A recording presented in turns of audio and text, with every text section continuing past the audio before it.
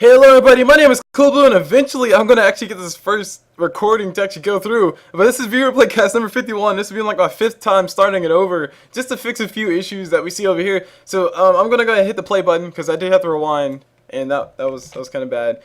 But yes, okay, so a few things to talk about. Basically, first thing, as you guys see on your screen, is a giant piece of duct tape right in the middle of the screen. That is not a problem, or that's not an issue, guys. I did it on purpose. Basically, it was pointed out by one of the viewers that you were able to see who's on my friends list, and typically the person who's on my friends list is probably the one who sent it in, and the one who sent it in is probably on the team that won, and that will lead to spoilers for you guys. So hopefully from here on out, I can get rid of that by throwing a nice little piece of something that looks prettier than this. But this is temporary. Like I said, it's temporary. It might end up being the permanent thing, because I am bad with finishing things, as you guys can see with my whole entire 30 minutes or less series. Speaking of which, that's actually one of the backgrounds from my 30 minutes or less series. But you guys don't remember that, so I just reminded you guys. So just forget everything I said, guys. Forget everything I said. It was all a dream.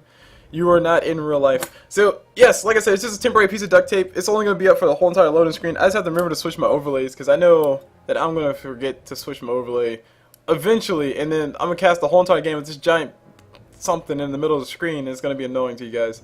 So hopefully that day will only, hopefully that day does come. It's only like a 20-minute match or something, and not a super long 20-hour match where everybody's dying all over the place, and I did a whole bunch of awesome casting and I have to re-record it because of that.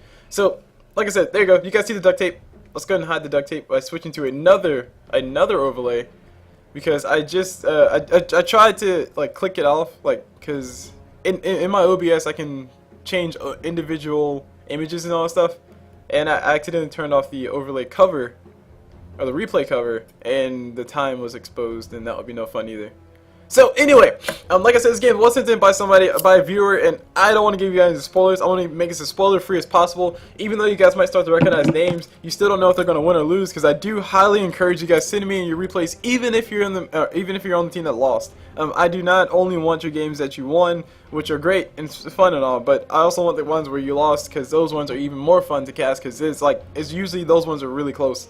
Especially the ones that you want to send in are the ones who are really close, lasted a super long time, and it's like you made some big plays, but at the end of the day, they pushed too hard and you guys just lost.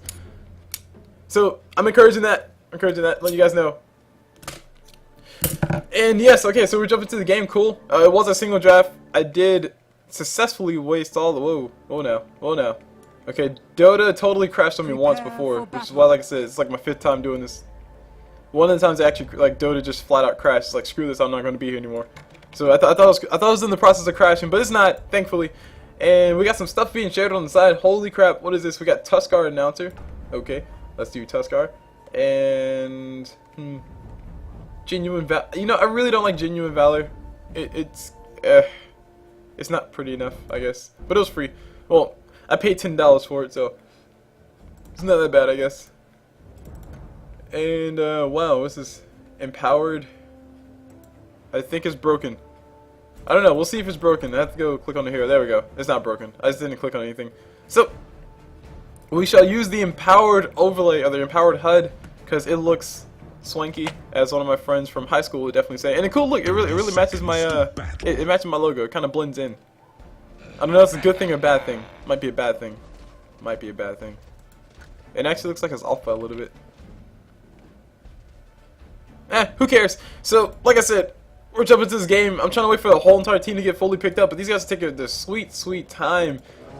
And we got 2 people still not picked up just yet. And it's a single draft, so you only have 3 heroes to pick from anyway. So, hopefully we do see somebody pick up their hero soon, so I can do my introductions, because we're about to see a team fight happen, or we're about to see a little bit of a skirmish happen over the side. Yes, thank you. Very mattered play coming out so far from everybody, saying thank you for all the points. And wow, what's taking these guys so long? There we go, we got a pause coming in, and hopefully these guys do hurry up and pick up their heroes, because they're on both sides, and I really don't like doing introductions unless I can introduce everybody all at once on the team, and then usually by the time the other team's fully picked up. So let me go ahead and do introductions. Alright, starting off with this Gyrocopter, who's taking his sweet time. Oh my gosh. We got Flip Flop on him. Meanwhile, on this CK we have late. Wow, okay. Hold on. Let me break this down. Oh man, I think they're saying something in a different language. So, La da Kalina Yamashina. Whatever that says, I just read it very slowly, try to pronounce it phonetically. I'm pretty sure I still butchered it like I always do with my names. Because who doesn't watch Cool Blue Dota? Just, I mean, like, if you don't want to see me butcher names. I mean, that's what it's all about, guys. That's what it's all about. Meanwhile, all this Venomancer we see, oh gosh, we see Ryuk. Let's call you Ryuk. 0666 on that Venomancer. Moving to mid on this Bloodseeker, we see Paka on him. I'm pretty sure that's some explicit word in a different language. Might not be. And last but not least, for the rating side, that is, we see Zebracco on that Faceless Void.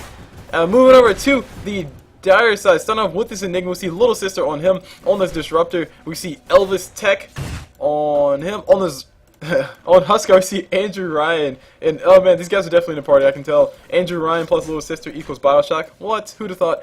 Meanwhile, on this Venomancer, we see Abagastro, and I think that's from something else too. And I think I missed Pudge. Yeah, I missed Pudge. Last but not least on this Pudge, we see Rayearth on him. And Pudge is trying to be a little bit more aggressive than he should be. He only has enough mana for one hook at level 1 until he uses Bottle Charge. And he actually went Bottle first, so he won't have any regen at all once he uses all that regen. So it's a really risky thing. I'll talk about that more, but up top we see a little bit, or sorry, these guys just standing still. I think Venomancer is DCing. And there we go. He finally reacts and backs away. I don't know. Maybe he was typing. I think he was typing. Cause that was a pretty derpy death right there. That was a pretty derpy death. All he had to do is just back up to right about here, and he could have safely typed in whatever he wanted to type in. So anyway, like I was saying before, on this Pudge won't have any regen once he uses all his bottle charges, as you guys can see. So if Gyrocopter and Faceless Void were being as calculated as they could possibly be, all they really had to do is just walk up to Pudge and just hit him as many times as possible.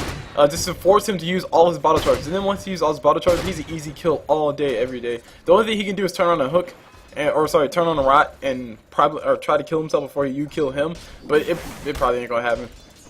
It probably ain't gonna happen, especially considering the fact that Gyrocopter does have his Rocket Barrage at level 1, which does do a crap ton of damage. Enough damage to actually get the kill. And I'm really liking Faceless Void's build. He's going for a really safe build. As you guys see his items, he started off with the Tango and a Quelling Blade, I think.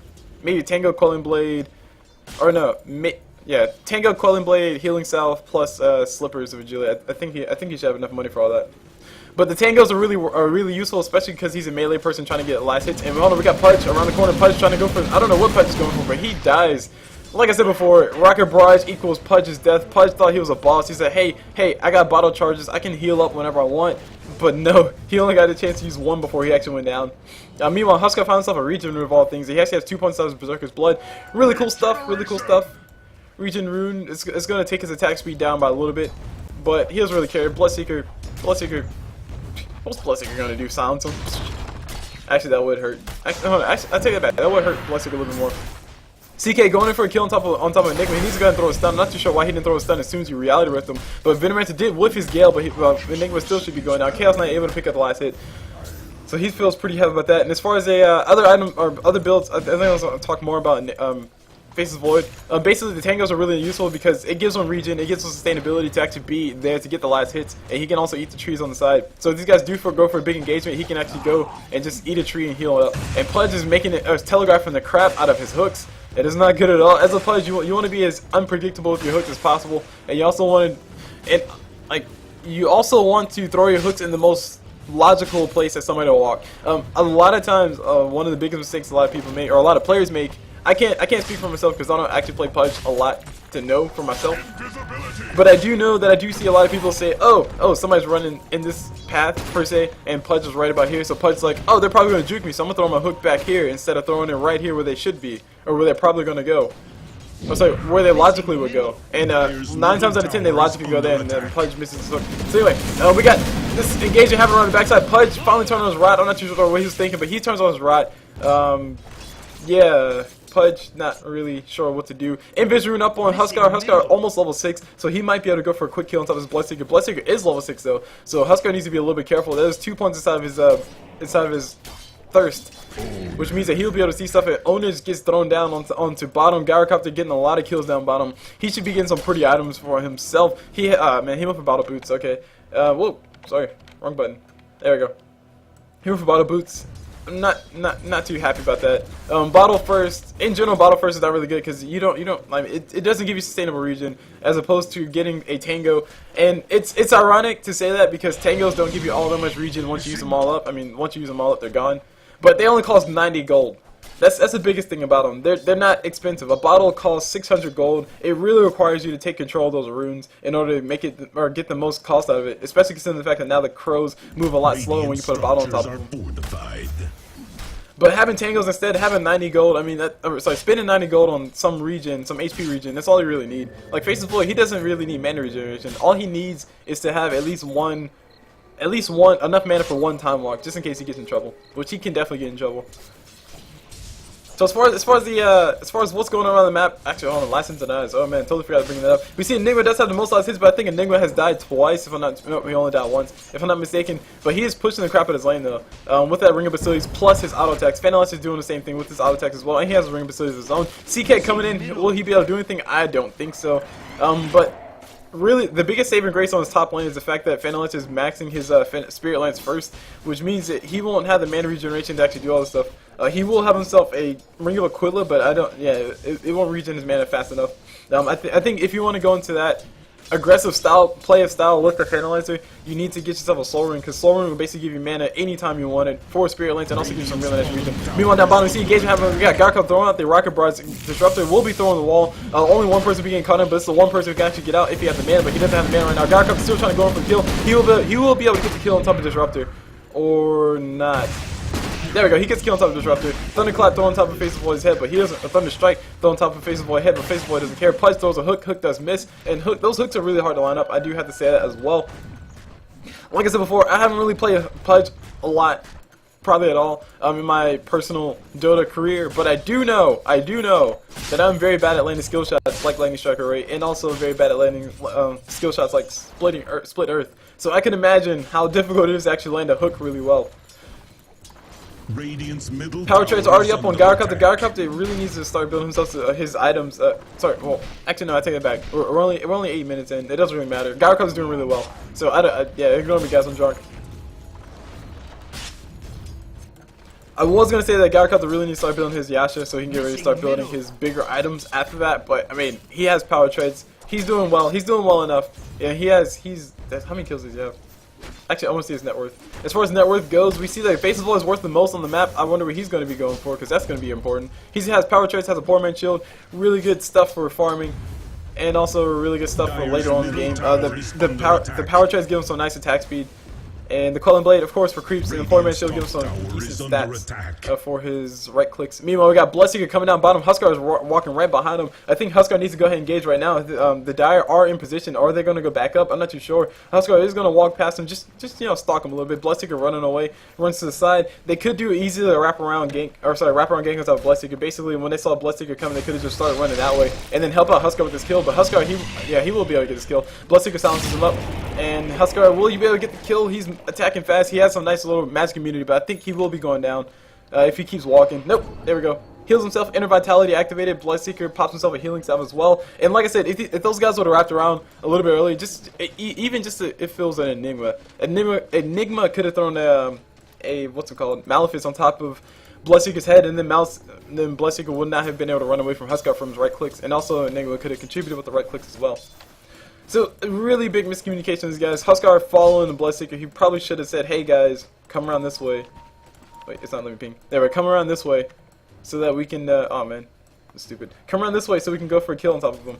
And that'll be an easy kill. They could have just left one in the lane to farm up, which would probably be Faceless because you want him to get as much farm as possible.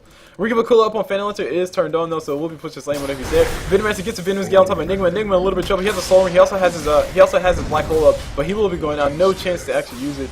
Meanwhile, down bottom we got Dominating getting thrown on top or to Gyrocopter, getting those kills left and right. And I really don't think the Huskar announcer is working. Makes you sad. Maybe because it's a replay. Maybe it's because it's a replay. That makes sense. Because that would be cheating. Right, guys? Right, guys? Am I right? Am I right? But anyway, continue on, just to continue to beat a dead horse, because I love beating dead horses here over here, guys, because that's what I do. Animal cruelty all day. No, that's not what I do. Animal cruelty's bad. Please don't do it. But anyway, as far as Gyrocopter goes, like Gyrocopter has power trades in a bottle. That bottle has been empty since I don't know when, for 5 minutes. That's pretty much no regen that Gyrocopter is getting. That's pretty much nothing Gyrocopter is getting outside of a potential to bottle up a rune. And speaking of the devil, he's gonna go bottle up a rune, but my main point was being that he had that regen for like a minute, and then he had no regens, as opposed to having that regen passively for this whole entire time, and then healing up what he's burst healing up right now over time for free.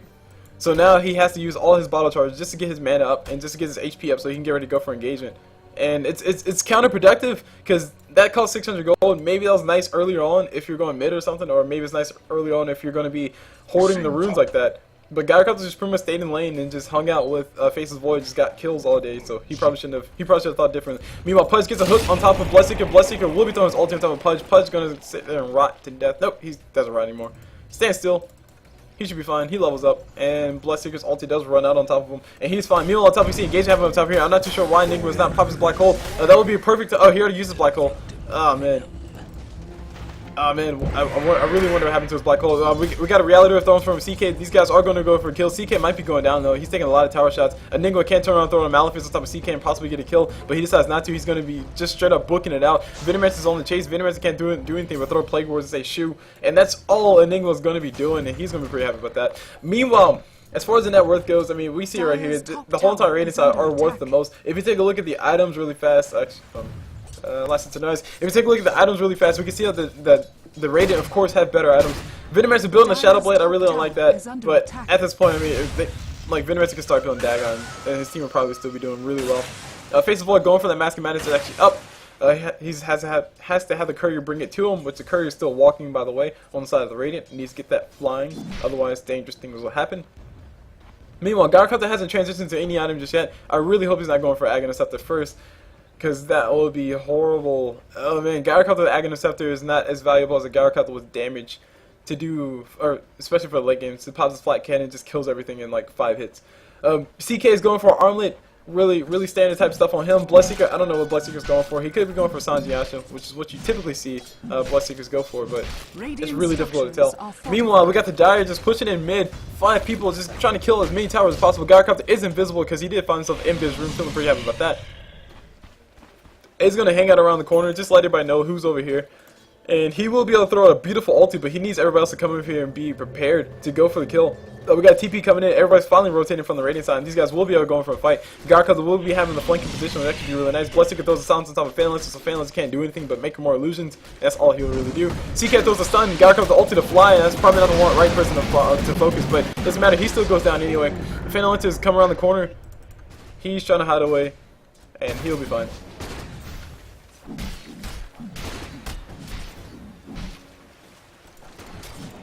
Also, another thing not to forget when you're playing Bloodseeker is that his silence also gives you more damage. He only has level. Oh man, sorry, not Bloodseeker. Faceless is taking a lot of damage. Will Faceless be going down? He should be visible soon. Bloodseeker should be able to see him. Yeah, Bloodseeker's able to see him. He's fully revealed. Faceless has nothing you can really do unless you run away. Bloodseeker's gonna stay there, let his creeps do the work, I guess, or not. Healing style thrown on top of Venomancer. Actually, no. Yeah, healing style thrown on top of Faceless so he can heal it up. But it's not gonna be enough because this fight is really in the hands of the Radiant. This is their fight to lose. Enigma doesn't have his black hole for another 35 seconds, and these guys are ready to push right now. So this is gonna be a horrible thing if the Radiant do decide to push him, which they are gonna decide to push him. CK reality rips in. He gets stunned up. Malefice by Enigma. There's a stun thrown from CK on top of Huskar. Gyrocopter ulti right back up, and there's a Venomancer. Oh, sorry, yeah, there's a Venomancer taking out a Venomancer. Meanwhile, Faceless Void ulti, beautiful ulti, catching out a few people. Double kill for Venomancer. We got the Pudge ulti getting thrown on top of Faceless Void. Faceless Void getting focused down, dodging everything, backtracking all his life, but he still goes down. Bloodseeker getting himself a kill here, getting himself a kill there. He might be able to get himself another kill on top of Disruptor. If he does, he's going to have enough HP to actually go for a fight on top of Pudge. Pudge gets silenced up, and triple kill from Venomancer. That was a bloodbath, guys. That is exactly what that was. That was a freaking bloodbath. That's all that was. Venomancer has Shadow Blade up on top of him. Still don't like that item choice, but he's going for it anyway. Who really cares? Bloodseeker, not the most impressive of builds, but he was able to stay alive long enough with the support from Venomancer and also everybody else to get the kills or get a few last hits. I think he got 2 kills, and Venomancer got the other ones because he did get healed for him. Meanwhile, Bloodseeker throws out his silence on top of Venomancer. He's going to go ahead and run away because he has nothing left. He needs mana. He needs mana. Gyrocopter to pop in an illusion room, walk around the corner, trying to see if he can catch somebody out. Trying to see if he can bait some abilities out. They might be able to bait a Huskar leap. If they do, it'll be the biggest thing. They do bait out a Huskar leap. Huskar's leap is down on cooldown for 45 seconds. Not the longest time in the world. It's about on par with Gyrocopter's ulti, but Gyrocopter feeling pretty confident about that. It's like, yeah, I just forced you to use your life break on illusion. Meanwhile, these guys do need to rotate mid soon, or just push out the rest of the towers. I honestly think it would be better if they, or best if they just pushed out the top and bottom towers while the Dire focused on trying to take down the mid. That way the rating can actually get more than what they lost. We got TP support coming into mid. These guys do want to defend. Venomancer is here. Venomancer Gale does miss everything. Gyrocopter ulti to fly. It will be hitting Enigma. That's really bad. Actually, no, it hits both. The creeps body block and body block OP. Gyrocopter popping his rocket barrage on top of Enigma. Enigma in a little bit of trouble. Will he be going out? Is a big question. Malefic's thrown on top of Gyrocopter. Gyrocopter taking a lot of damage. Huskar can't leap in another 4 seconds, but will he be fast enough? Is a big question. He's gonna a line magic immunity. He will be leaping on top of Venomancer. Venomancer will not be going out. Faceless will be able to finish off on the backside. Bloodseeker ulti able to finish off the Pudge, and Faceless he's gonna be still try to chase somebody, but he's actually revealed right now. He's to be really careful. He goes down. Gyrocopter feeling like a baller. Bloodseeker able to finish him off. And that is really it. Bloodseeker is going to be going for a Sanji Yasha. Either that or BKB, but BKB in this instance wouldn't be all that useful.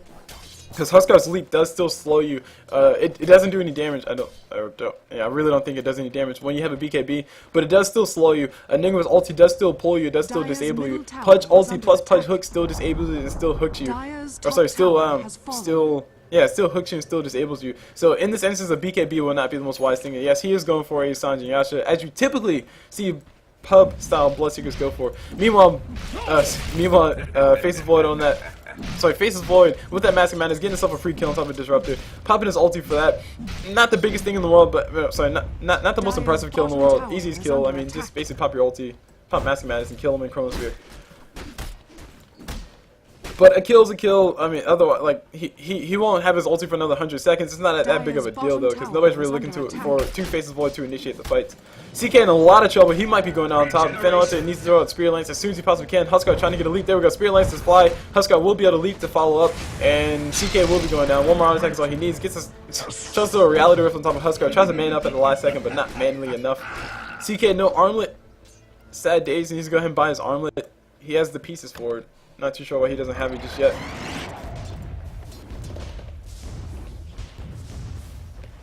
And really, around the map, things are looking bad for the Dire, of course, because they lost the most, and they're actually going to continue to lose the most, because between Bloodseeker and, well, yeah, just Bloodseeker. Bloodseeker's a snowball hero. If Bloodseeker has a really good start, he's going to just demolish you late game. There's nothing you can do about it, because he's going to attack too fast. He's going to heal up too fast because he has his max Bloodbath already. And basically, if he kills a creep, he pretty much gets more heal than you get from a healing salve at this point. That's probably not entirely true, but it's somewhat true. You know, Bloodseeker ulti thrown on top of Disruptor, probably not the right person thrown on top of, probably should have thrown on top of Pudge. Meanwhile, we got these guys chasing this Bloodseeker. Bloodseeker, will you be going down? He has a healing salve, so he can't pop that. Actually, no, he won't be able to pop that. That fire stack is still killing him. It is HP removal, though, so it's not going to interfere with that healing, and he's going to be able to make it alive just because of that. And that makes me very sad to see that, though. It makes me very sad to see that, because what that encourages is Bloodseeker to go buy more healing salves. And that tells Bloodseeker, hey, if you're taking damage, you're not going to go down. And he was taking damage from that fire, which is HP removal, which does not... Actually, it's HP removal.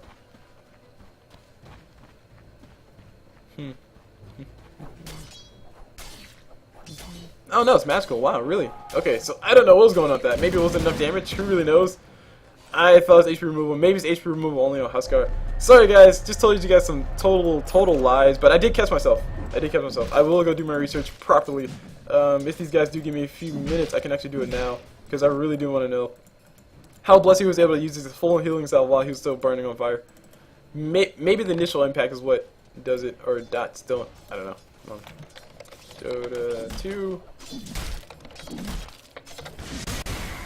Dota 2 Huskar, let's go ahead and check this out. And while I'm doing that, while that's loading up, we gotta look at what's going on the map. We got two people from the Radiant pushing up top. Shadowblade up on Gyrocopter. Armless finally up on CK. Gyrocopter's going for a Aghanim Scepter. I'm very sad to see this. Meanwhile, we got this fight happening around the backside. Enigma will be going out, but then again, in the defense of Gyrocopter, I mean, nobody's really stopping him. he could buy, like I said, everybody on his team can build a Dagon level 5 and probably still do well, because Venomancer, he needs a lot more before he can become effective, before he can become that Venomancer that you want to see. Disruptor, he's going to be dying every single team fight they come up to. Huskar looks like he's building something Mask of Madness, which is going to make him die a lot faster. And actually, he will be going down 2 Faces Voids, Mask of Madness. Oh my gosh, beautiful hook coming up from Pudge. Pudge needs to go ahead and throw his ulti. He will finally throw his ulti. Huskar will be able to turn around on top of Faces Void. Faces Void. Oh my gosh, Faces Void dodges the entire barrage of damage.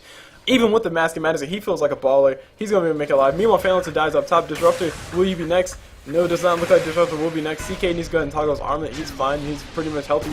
Gyrocopter will be able to finish off Disruptor on the backside, so easy kill for him. Meanwhile, Faceless Boy able to finish off the kill that these guys disrupted him from. He got the kill on top of Pudge instead of Huskar. So not surprised by that. Mask of Madness up on Huskar. No, never mind. This is Huskar's life break, or Berserker's Rage. Dire's bottom tower is under And the bottom tower will finally be going down. Free kill, free gold for Faceless Void. That's what you want. More gold on him. He has a Chrysalis up and out, man. Because of that, I need to go check a look at the rest of the items. Bloodseeker is still trying to finish up that Sanjiasha.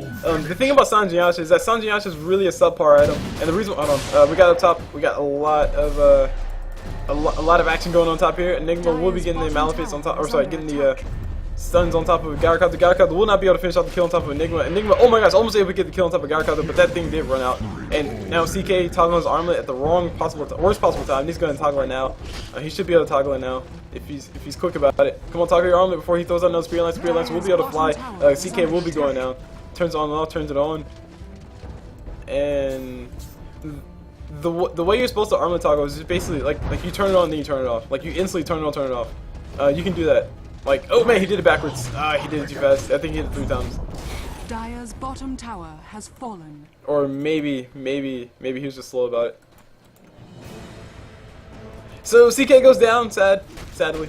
CK goes down. Pretty bad armlet toggle going on there. Gyrocopter almost has Aghanim Scepter up. And like I said, the reason why this is really bad is because his Aghanim Scepter is going to make his missile damage do... Wait, hold on. Does both missiles do that damage? Yeah, okay. Yeah, okay. Missile, wow, really? Missile 1 damage, massive damage, missile 2 damage, that much damage. Cool. So, yeah, okay. Missile 1 does massive damage. No, missile 1 does slow. Missile 2 does massive damage. Wait, hold on, I thought it was... 2 missiles arrive in succession, the first missile dealing major damage. Oh, and a minor slow. The second... Okay. I always thought it was the first missile did the major slow, but the first missile does major damage. Okay, cool. So anyway, keeping that in mind, Gyrocopter's ulti is only going to be doing that flying amount of damage, as opposed to Gyrocopter just getting himself a whole bunch of damage items, just doing that much damage anyway. Meanwhile, we got Venomancer trying to go for the kill on top of Huskar. Huskar go to finally turn around and man up. He feels brave. His team is here, and we got all the TPs in the world coming up top. The Radiant do want to go for a fight up here. Gyrocopter's ulti is up, and he has a Shadow Blade as well. His Aghanim Scepter will be up in another 150 gold, if I'm not mistaken. 100 gold now. And the Dire are up top in full force, so they're ready for this fight. Meanwhile, Bloodseeker is just casually farming away mid. Still has a healing salve. Like I said before, guys, this is giving Bloodseeker the impression that he can just build healing salves and save his life, which is bad. That's an extremely horrible habit to get into when you're playing Dota. Healing salves, tangos, clarity potions, and... well, to a certain extent, bottles. Actually, no, not even to a certain extent. Bottles are not sustainable sources of regen. Actually, no, I take it back. Yeah, to a certain point, bottles are not sustainable sources of regen. Basically, it costs a lot of money to have consistently buy tangos, consistently buy healing salves, and consistently buy clarities. And well, it doesn't cost a lot to buy bottles, but bottle charges do run out eventually. That it's not really worth your time. Anyway, Invis rune up on Pudge. Pudge will be getting his ulti off on top of somebody. I think he should go for CK if he is smart about it. Go for CK with his ulti and let Enigma come up and get his ulti off on top of somebody. And nope, there we go. CK is coming in. CK will be throwing stuns on top of Enigma of all people. Enigma will be going down first. I don't know what Pudge is doing. There we go. Ulti coming up from Enigma. He does go down to the damage coming up from Gyrocopter. Here's a Faceless Void ulti. He's gonna be finished off everybody in the world. No battle fury on top of him, but who needs a battle fury when you have that much damage? And there we goes. Everybody's just pretty much dying all around the map. Pudge is still here, invisible. Not too sure what's going on. I really feel like in 10 minutes Pudge is going to say missing middle. LOL.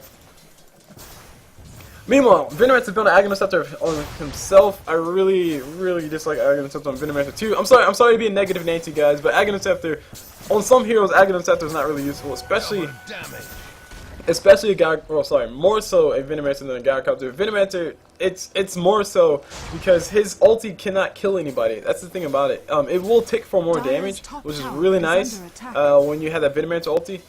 And it also brings a cooldown to 60 seconds. Wow. Okay, it brings a cooldown to 60 seconds, so 40 seconds less. But it's, I mean, Venomancer pops his ulti, and then he has to have people follow up with the damage. Best case scenario for Venomancer is the big team fight is about to happen. He's there in the middle of the fight, and he pops his ulti, catches everybody inside of it, and then the fight commences, and then everybody says, "Oh crap, we're low." The enemy team starts to run away, and then his team can just play cleanup shop, especially with the Bloodseeker. And that's a really nice thing to do. That's a really nice thing you can do, but you don't need an Aghanim to do that. That's my point. Nobody has that much HP to where Aghanim is actually warranted. And I actually should know the numbers for the damage on top of Venomancer's ulti. Let's see. Oh, it doesn't matter. Venomancer might be going out. He turns invisible, able to make it out that way. I Gyrocopter ulti to fall. And his Aghanim is up. I'm not sure why he was that close to the top of his ulti. Venomancer ulti to fall as well. There's a hook from Pudge on top of the wrong thing. Gyrocopter just manning up. Able to get a kill on top of one person, get a kill on top of another. Gyrocopter pops Shadow Blade. There's kills going everywhere. Team wipe. Oh my gosh, what just happened? That was a two-person team wipe. 2 people from the Radiant wiped out 5 people from the Dire. That is when you know things are not going away, guys. That's when you know things are not going away. If you look at the net worth, I'm still sure, yeah, it's the same way. CK has the least farm on his team, and Venomancer has the most farm on his team, and there's a 4,000 gold net worth between the two. That is the difference between, what is it, Eagle Horn, if you guys want to just say that, Eagle Horn plus something else. That's the difference between a Reaver, which is the first piece of a heart. I'm trying to find something that costs exactly 4,000. I can't find anything. That's pretty much a relic, a difference of a relic. So CK could build a relic. That's also boost travel. That's a lot of things. That's a lot of gold. That's a lot more items that CK has that Venomancer won't have. And if you look at the items that Venomancer does have, that's pretty much his diffusal blade. That's a diffusal blade plus a Yasha. That they're the difference in gold. Because diffusal blade costs 1,000 gold, or sorry, for the pieces that he needs left, or pieces that he has left to build, he needs 1,000 gold plus 850 plus and for the Yasha costs 2,025 or 2,050, if I'm not mistaken. So that's pretty much the difference. Yeah, 2,050. So if you add all that up, that's the difference in gold that they have between the two. And a diffuse blade on Venomancer plus a Yasha would make the world of difference in his team fights. He could basically throw his diffusal blade on top of Faceless Void, or Faceless Void probably not the best example. He can throw his diffusal blade on top of Bloodseeker, just, you know, go to town on top of one of these supports, kill Venomancer faster. I don't know. It's a variety of things he could do if he had that ability to chase, and also if he had that ability to just burn everybody's mana to make sure you can't cast your spells. CK would be a nice example because CK does still need to cast a stun, which is only 10-second cooldown, relatively short cooldown for a stun. And it's a really powerful stun. It's a variable stun, of course, because it's between 2 seconds and 4 seconds. But even a 2-second stun at this point would pretty much mean the death of any and everybody on the side of the Dire. But having a diffuse blade to be able to burn CK's mana, because CK's mana pool is not all that impressive. Like, CK only has enough mana at when he's full mana to cast, what, 3, 4, maybe 4 Chaos Bolts. So CK's mana pool is not the most impressive. Meanwhile, on top we see engagement happen between two Faceless Void, able to finish off that Venomancer, saying, "No, bro, you need more backup. Venomancer needs more backup." No diffuse blade for him. Sad. Eagle Song already up on that Faceless Void. He's building himself a butterfly. I am okay with this, mainly because the fact that he did go for, I don't know, something else before he went straight for butterfly, or straight for his Eagle Song. A big mistake I see a lot of times is people just go straight for Eagle Song and say, "Hey, let's go and go for the big butterfly item before we go for anything else." So Faceless Void effectively increases killing potential first, and then he did everything else. Meanwhile, Huskar, oh man, Huskar standing in the way of Pudge. Pudge missing his hook because Huskar's in the way, but honestly, I think Pudge would miss his hook anyway. And we got Gyrocopter and Venomancer get ready to do it again. Stun coming up from Gyrocopter. Venomancer ulted to fly already, and his Aghanim is up, so everybody's going to take a little bit more damage, a little bit faster. Enigma ulted to fall, but it doesn't really matter. Everybody's going to be dying. Huskar will he be going down? Yes, he will be going down. Pudge goes down as well. Everybody's dead except for Venomancer. Ultra kill for Gyrocopter. That ulti. That's all I gotta say. And Venomancer's the only one still alive. He might be able to pick off this Venomancer, but even that would be difficult because Venomancer has a Shadow Blade, and now he has a Blink Dagger. And honestly, Blink Dagger would be a lot nicer than Aghanim. I mean, Aghanim gets some stats, but Blink Dagger, actually no, Blink Dagger would probably be better than Shadow Blade. I don't know, it really depends on the situation. It's hard to tell, but I'm very controversial on or sorry, not controversial. I'm very indifferent to both Shadow Blade and Aghanim on Venomancer, mainly because whenever I play Venomancer, I play him as pure support. So every time I see like carry-esque items on Venomancer, I think it's all a bad build and everybody should uninstall. But that's my purchase, guys. I'm sorry. But at least I told you guys what it was, so you guys won't be in the dark. Meanwhile, Faceless is just wailing away at these racks. Nobody wants to protect the racks. I mean, they're not important. We got more racks, right?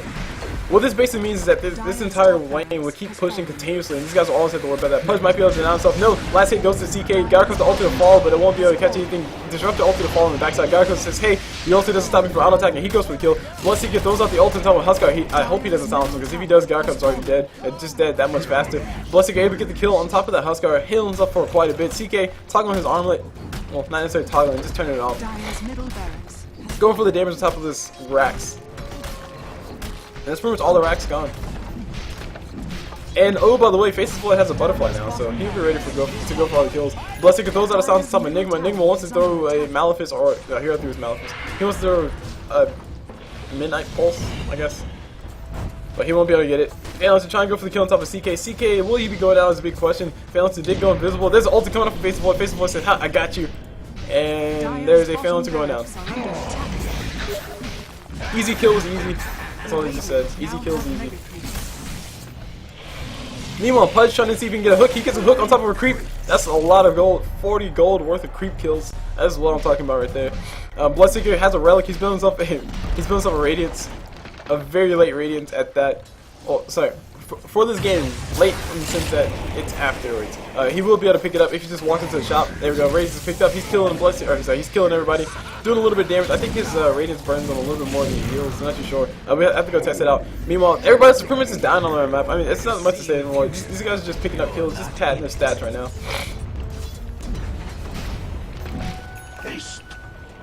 Bloodseeker's just going to go ahead and stand still. Okay.